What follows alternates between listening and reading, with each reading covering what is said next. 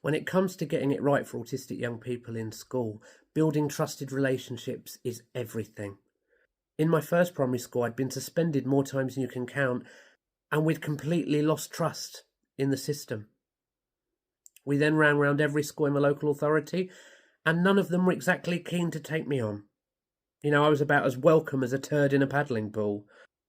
But one headmistress gave me an opportunity. She invited me and my mum in for a meeting. And at the end of that meeting, this lovely headmistress looked across the table and she said to me, "Dean, is there anything you need? Is there anything you need to know about the school before you start here?" And I said to her, little 10-year-old me, "Can I see the toilets, please?" And of course that headmistress could well have dismissed that request. "I'm the headmistress. I'm far too busy to give you a guided tour of the crap house." But no, she stood up, she led me to the loos, gave me a guided tour. And that doesn't sound like an enormous thing, but to me it was massive. It was the headmistress saying, "What you need, Dean, matters. Your needs are a priority."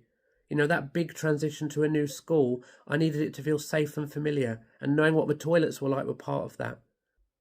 In that moment, she invested her time in what was important to me, and it meant everything. So Mrs. Lyons, my old headmistress, wherever you are, thank you not just for the tour of the Poop Palace, but for investing in that trusted relationship with me. I thrived in that school ultimately, and a big part of that was the trusted relationship that had built with me. Trusted relationships are everything.